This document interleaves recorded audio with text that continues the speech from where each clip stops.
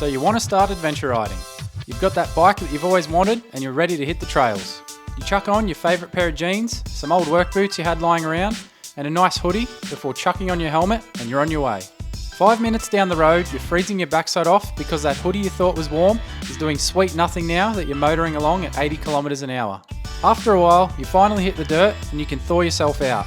The next thing you know, you've hit the deck on a tight turn and now you'll be picking out those blue jeans from your knees for the next few days. Does this sound like you? Well, if it does, I'm here today to give you a look at my adventure biking wardrobe and show you what I like to use when I'm out on my own adventures. Now, there is absolutely nothing wrong with wearing jeans and a hoodie to get out on your bike. If it means you can get out for a ride, then go for it. But if you want to be a little bit safer and a little bit more comfortable, then I have a few items you might want to take a look at. Let's go.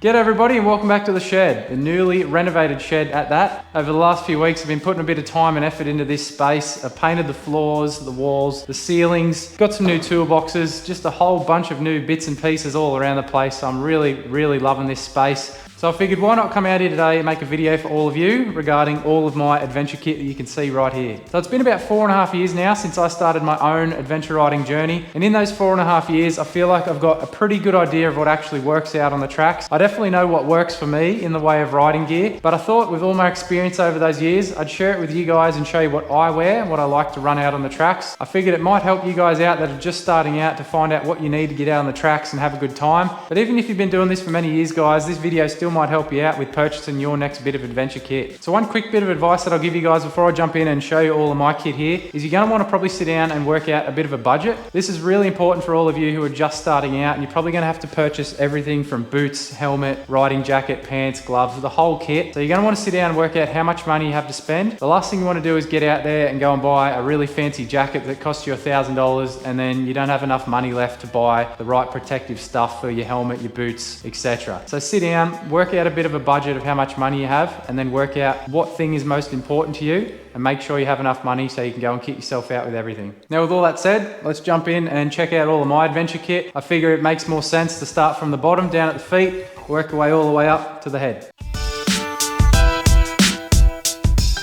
Now guys, starting things off with my boots. Now these are some AlpineStars Tech 7s. Had these things for about 3 years now. They're looking a little bit worse for wear. I'm probably due to replace them, to be honest. But when I do replace them, I will be replacing them with the exact same boot, maybe a different color, but I'll be getting a set of Tech 7s again. Now, the reason why I've got these motocross boots, not an adventure boot, is because motocross boots provide a lot more protection than some of the adventure boots out there on the market. Now, another major reason why the MX boots are a lot better than the adventure boots is the amount of flex that they give around the ankle area. These have a lot more protection around the ankle and they prevent movement in that ankle joint as well. Some of the adventure boots do not have that, but as you can see here, I can struggle to move that boot left to right there. Forward to back, there's a little bit of play, but I've had these things for 3 years, so they have probably worn out a little bit. But if you compare that to some of the adventure boots, you're gonna have a lot more movement around that ankle joint, and that's not something you want in the event of a crash. So that's really the main reason why I have motocross boots over adventure boots, and I don't wanna have my ankle facing this way if I can help it.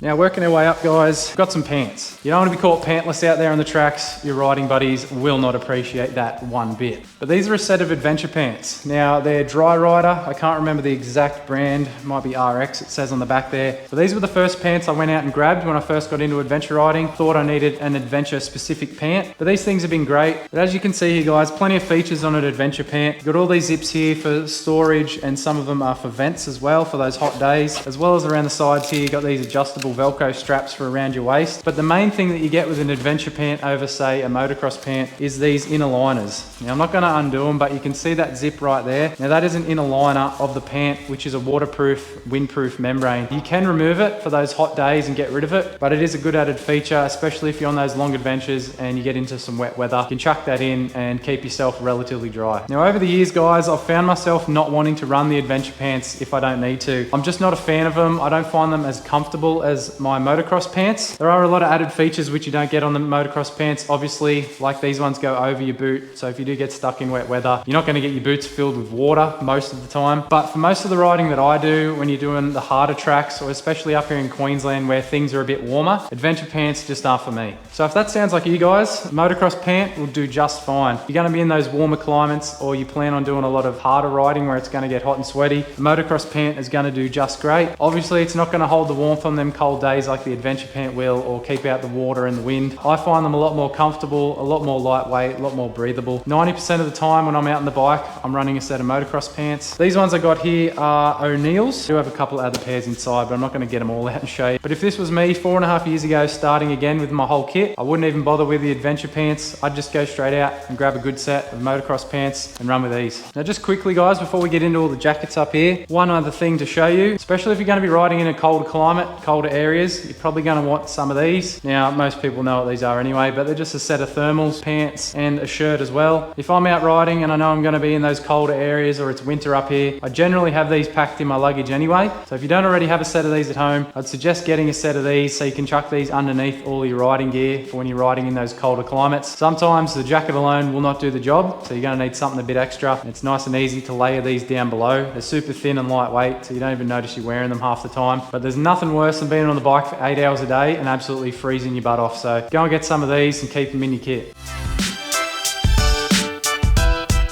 Now we'll start up here on all the jackets. I've got everything lined up in order from when I started adventure riding and then down to that end of where we are at right now. So we'll get this first one off here. Now this is another Dririder branded thing. This was actually the first adventure jacket I ever got. Dririder Rallycross 3 Pro, I think it's called. It done the job great for me for about 2 years, 2.5 years. Never really had any issues with it. I didn't have anything to compare it to anyways. Couldn't really fault it. But it's pretty much set up like most adventure jackets out there on the market. It's going to come with some removable liners.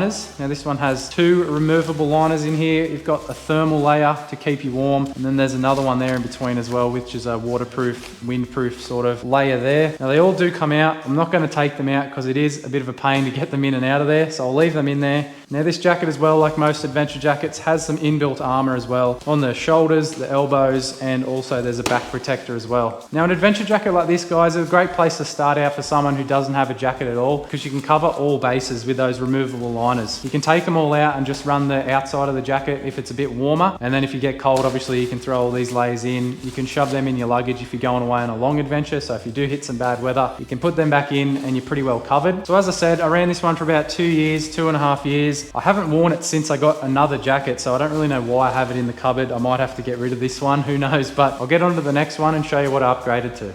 Chuck that over there.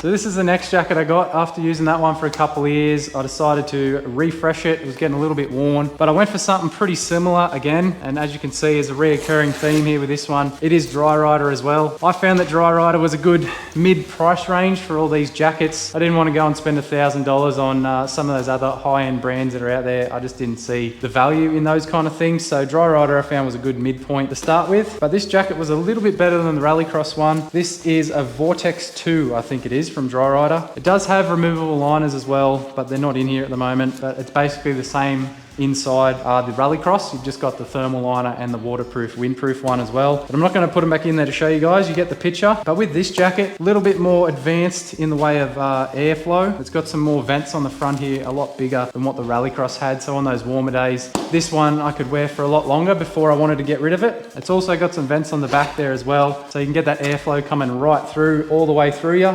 And once again, like most jackets out there, it's got some inbuilt armor in the elbows, the shoulders, and a back protector as well. So if you are looking online for a similar kind of adventure jacket like these guys, make sure you read what's actually included with the jacket. Some of them out there won't come with the inbuilt armor and you'll have to buy that separately, which can add more to the cost. Just make sure you double check that to make sure your jacket comes with it. Something that I don't use on this jacket, I never have, probably won't, but it does have the option to run the hydration bladder in your jacket if you don't want to wear a backpack as well. So that's the Dririder Vortex 2 adventure jacket. It's been really good to me, but lately I haven't wore it much, and you'll find out why when I get into the next jacket.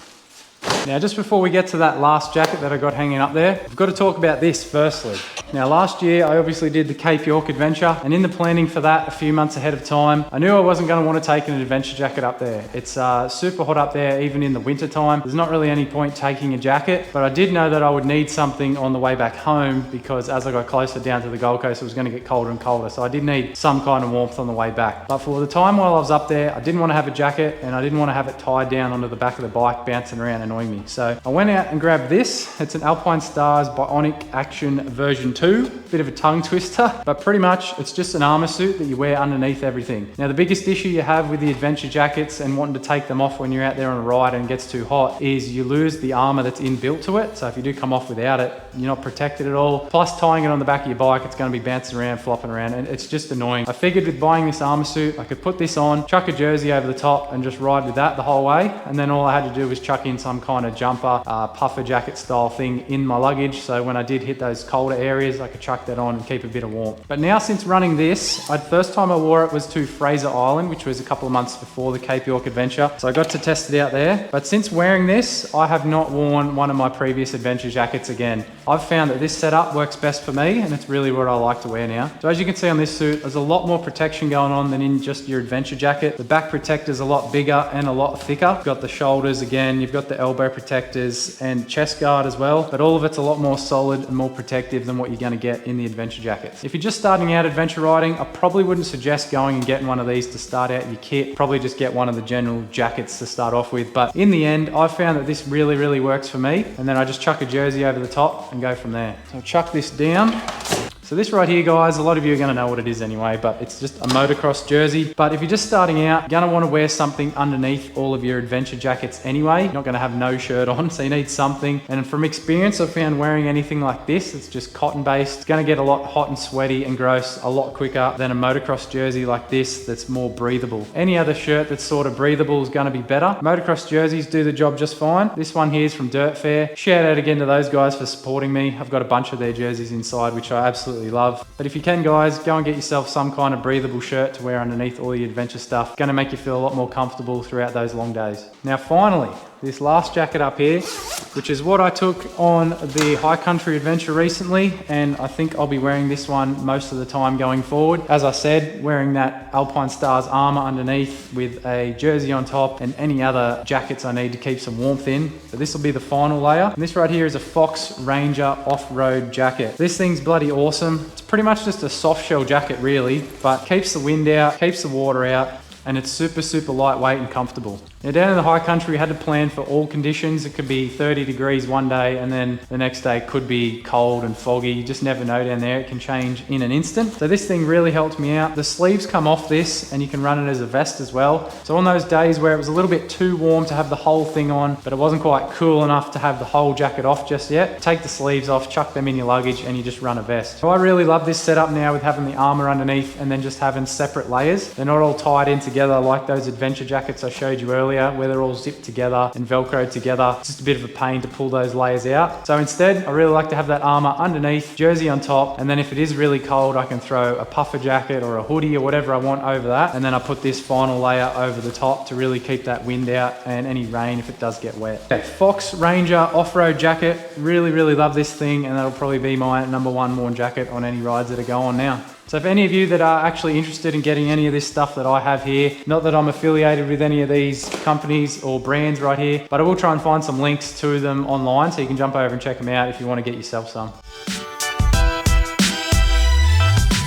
So a couple more things to go through, guys. We're almost there. But the next thing is these, your hands. You're going to want to protect these out there. I've got a couple of sets of gloves here. I do have a few other ones inside, but I'm not going to bring them all out because they're all pretty similar anyway. But the two main ones that you're going to want for adventure riding, you're going to want a set of MX gloves, motocross gloves. These ones are just some Mechanics branded ones, so they're actually not motocross brand ones. But get yourself a set of MX brand ones. They're really good for those tight tracks, slow going stuff, give you more control over your levers. And then if you're on the highway or you're doing those long days, just doing 100 kilometers an hour, get yourself a set of wet weather winter gloves. Now these are Dririder branded ones again. Not exactly sure of what model they're called, but these ones did great for me on my outback adventure on those long commuting days, doing 100 kilometers an hour in the cold. kept my hands nice and warm. And they've also got added features as well for those wet weather days. Just there, I don't know if you can see that very well, but there's a visor wipe, a little rubber strip there, so you can just wipe your visor down if you've got the water on your visor. Now there's heaps of different types of gloves out there, guys. You can get road kind of gloves that have those protective pads on your palms and things like that. I do have gloves like that, but I only really wear them if I'm commuting on the road. If I'm going adventure riding off-road, I generally don't take those.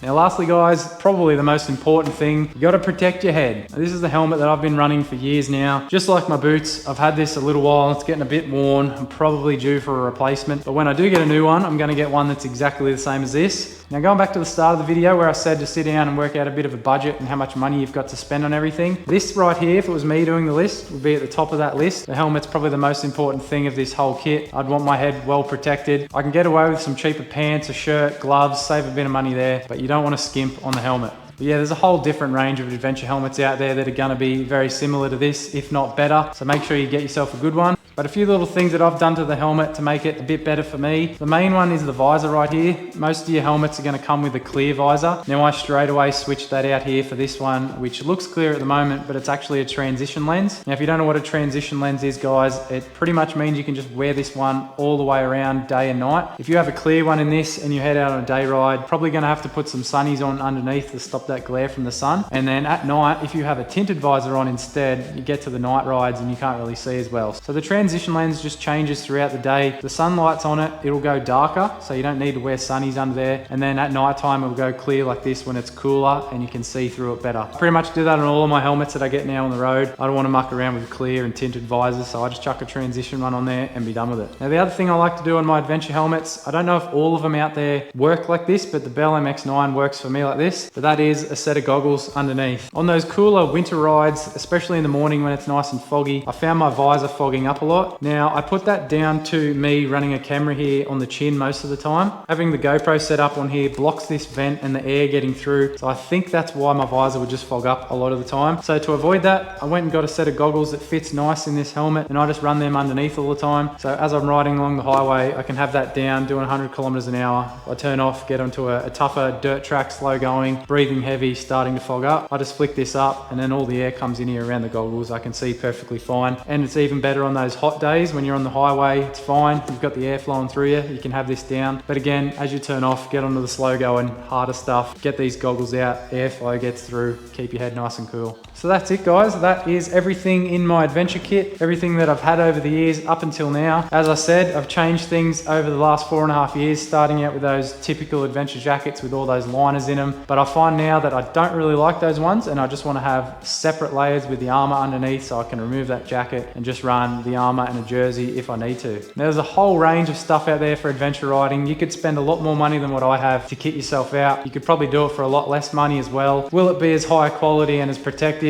I don't really know, but there's so much out there to check out, so don't just take my word for it. Make sure you get out there, try things on, research more, and find out what's best for you, because really this stuff can be expensive, and the last thing you want to do is go out there and spend $500 on a jacket, bring it home, wear it once, and find out that you hate it. Now, there are a lot of other things out there that I don't actually have in my kit, things that I don't really want anyway, but things that I can think of that other people might wear would be things like neck braces. I've seen people wear those out on the tracks, elbow braces, knee braces, things like that. But me personally, for adventure riding, I'm not going to wear any of that stuff. Obviously, in the event of a crash, that would be ideal to have. You want as much protective stuff on as you can, but for the riding I do, I could be on the bike for 8 hours a day, if not more. So those kind of things just get uncomfortable after being on the bike that long. So that's the main reason that I don't have that stuff, but don't let me tell you not to get it. If you want that stuff, chuck it on by all means. Be more protected than you need to be. So that's it, guys. That brings us to the end of this video. I really hope you enjoyed that one. If you're just starting out, I hope this one helps you out with picking what things you want to get out and start your adventure riding. Like I said before, when I started this 4.5 years ago, I had no idea of what I needed to get to be safe and comfortable out on the tracks. So I jumped on YouTube just like you, jumped on the internet, did as much research as I could to find out what I wanted before I went out and spent my hard-earned money. But even for you guys that have been doing this for years, I really hope you got something out of this as well. Maybe it's triggered something in your mind and you're going to change your setup as well. If you did get something out of this one, guys, be sure to hit that like button before you go. It really does help the channel out, and I love the support. I really appreciate it. And be sure to subscribe before you go so you don't miss out on the next videos that are coming up. Massive thank you to all for watching to the end. Ride safe out there, guys. I'll see you all soon. Catch ya.